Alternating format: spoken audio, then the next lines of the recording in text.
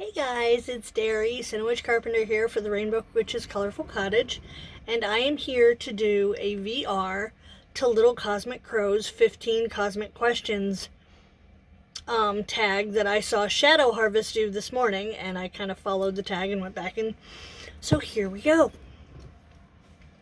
I love tags. I've said this before. I love tags. I love hauls. I love stuff like that. So I think it's because it's just a great way to break the ice and it's a great way to get to know somebody. So, but here we go. Question number 1. Does your birth name suit you? If not, do you want to or have you ever changed it? Yes, I think my name suits me. It took me about 22 years to get used to it because all through school I was made fun of because it's unusual. Derry, Bird, Paquette, Carpenter is a very unusual name. Carpenter's now, but because Bird is my middle name, it was my mother's maiden name, and my name is the female version of Derry, and I am named after my grandfather and my uncle, and my grandfather was born in Londonderry, Ireland, where the name came from. So that's kind of, yeah, but it took me a long time to get used to it because all through high school, I was constantly made fun of. I was just teased unmercifully, yeah. So it's just like, but yeah, I've finally grown into it. I really like the name Derry because it's unusual. It's not... and yes, I got teased with Dairy Fairy, Dairy Cow, blah, blah, blah. And the Dairy Cow funny thing is that's actually how, when people don't know how to pronounce my name, that's how I break the ice. I'm like, just think of a dairy cow. It's not spelled the same way, but it sounds the same. Dairy cow, too. And cows are one of my favorite animals. So, and no, it has nothing to do with my name. Question number 2. What kind of weather do you connect most with?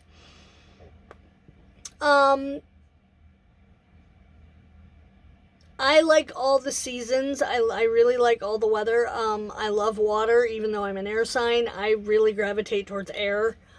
The hard thing for me is the rain, is because I suffer from severe barometric pressure migraines. And so when it rains, it's really hard for me to function. Like if we have a real bad thunderstorm, those are really hard for me to function in. Question number 3. Within paganism or spirituality, is there anything you are uncomfortable with?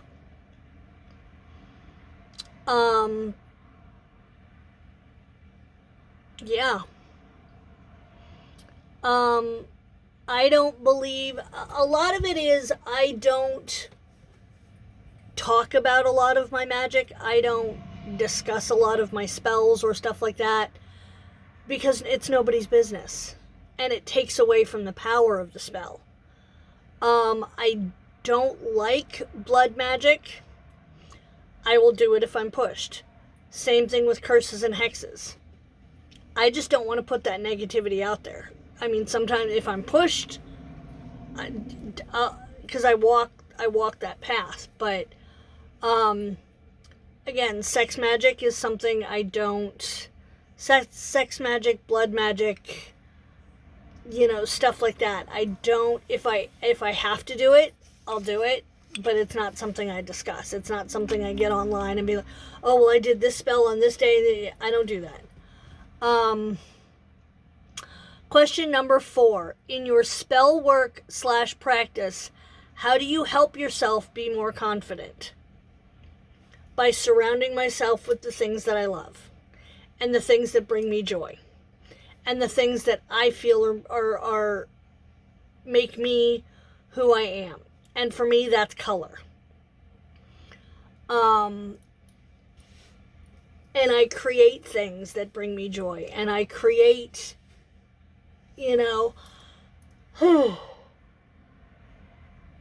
excuse me, I created this room. I created this witchy haven for myself. So yeah, just if you need confidence, just surrounding yourself with things that bring you joy, things that you know you're good at, things that make you feel powerful. It could be your clothes, it could be the room, it could be, herbs, crystals, whatever. Question number 5. Who is someone that inspires you currently?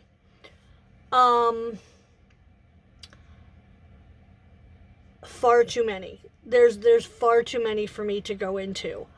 I have a very dear friend, Kim, who is struggling right now with health issues and medical bills, and she never lets it, she pushes through, and she creates the most amazing smelling, looking, crystal infused, unusual, just amazing, one of a kind candles.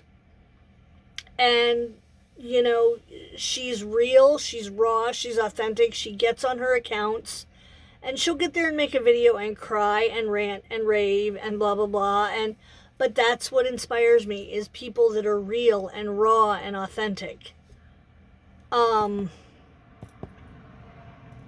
So yeah, that's, I just lost my thing, hold on. Sorry, I just lost my questions. Okay. Question number 6. Do you think you are responsible for healing or fixing the mistakes that your ancestors made? No. Because that's messing with the karmic law. That's messing with, at least in my opinion.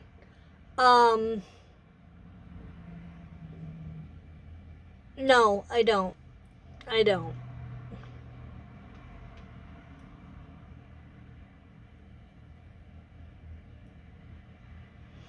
Question number 7 is, what is the weirdest thing you have experienced within your past?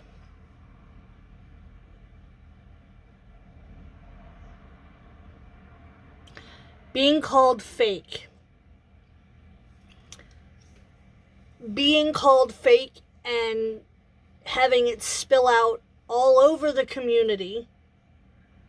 And I use that term lightly. I really do use that term lightly, because when I came into this and I started making YouTube videos many years ago, there was no community. I mean, everybody's like, oh yeah, with the witchy community. No, the witchy community that I came into was just as toxic and dark and hate-filled and as any other community. It was drama. It's, and you wouldn't think, because we're so, witches are cast in such a negative light from the outside world, you wouldn't think that fellow witches would do it to each other, but they do. They do. So that was really hard for me, is finding my place, despite everybody squawking in my ear and going, you're fake because you do rainbows, and you're fake because you use color pages, and you're fake, or you're a liar, or you're this, or you're that, or you don't walk my path. Don't sit there and say I'm one thing that you don't, when you're not here on a daily basis.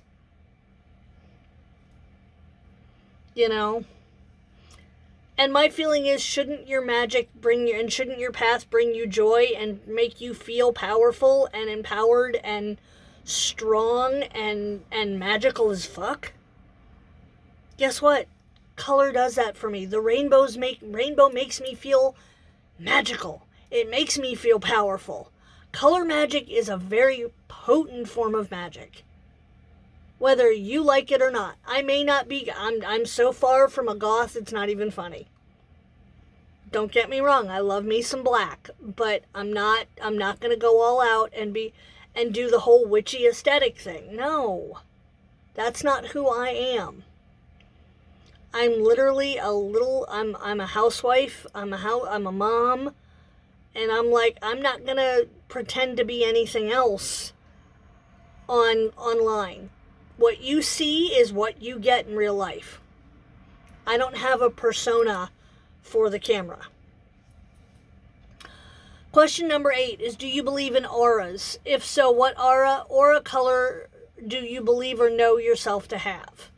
I do believe in auras. I've never seen my own aura, so I can't answer that. I don't know what, I would love to have an aura picture just to know what my aura color is. Question number 9, if you do your own tarot oracle readings, do you find them to be truthful, accurate, or is it biased? I've been very blessed in that respect. I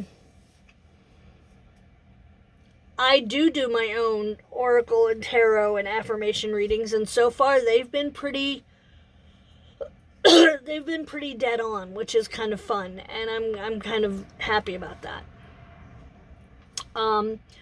Question number 10. What is one thing you are proud of yourself for? I'm finally embracing all of me. I am embracing my full truth. And there's so much untapped potential there. I have been doing this for 35 years. And I thought I was living my truth, but I wasn't.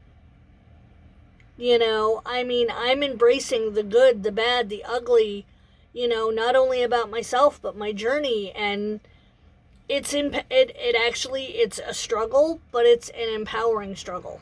I know that sounds like an oxymoron, but it's the truth.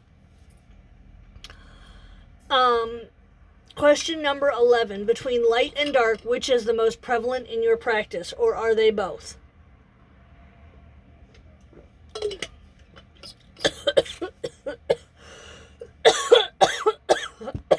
Pardon me.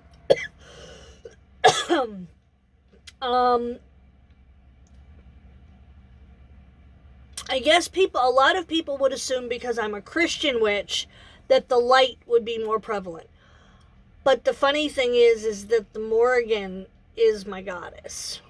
The Morrigan is my matron.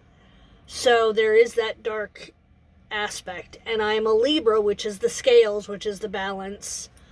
I'm an air witch, which is all about, and so I walk both. I walk that gray line. So I would say both of them are very prevalent. Question number 12.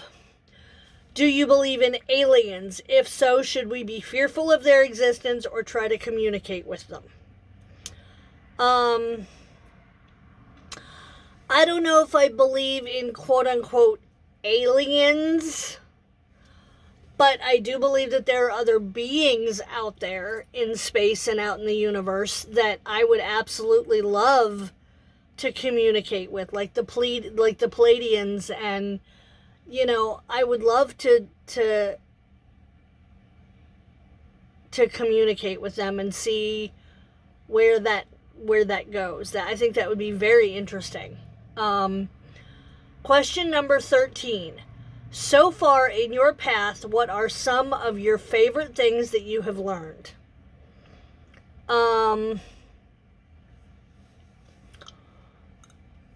To fully embrace who you are. I've had so many people make fun of my sacred space because it's bright, it's colorful, it's silly. I've got Barbie dolls, for crying out loud. I've got rainbows. I've got peacocks. I've got a fairy house. But you know what? It's me. It's part of who I am. That is to fully embrace and be proud of who you truly are.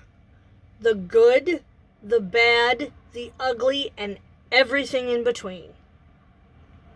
That's something that I have learned, and that's something that I'm very proud to say that I do. I am very proud of myself. I'm very proud of all the negativity that I went through. I'm very proud of the struggles that I went through, because I wouldn't be who I am today without them. And I'm still learning, and I'm still growing, even though I've been doing this forever and a day. You never stop learning on this path. You never, and in life, you never stop learning. You never stop growing. And for those people that say, well, I don't need to grow anymore, I don't need to do this anymore, then I'm sorry, bye-bye, you don't need to be in my life. Question number 14. What are some thoughts on using tools for spirit communications? Example, tarot, oracle, divination, Ouija boards. I love using divination tools. The runes, the tarot, the oracle, affirmation, the pendulum boards, crystal grids. I do not, however, like Ouija boards, spirit boxes, EVP recorders, etc. So that's just me. Question number 15, the last one, is if you were able to talk to your future self, what questions would you ask? That's an intriguing question. I don't really know. I don't really know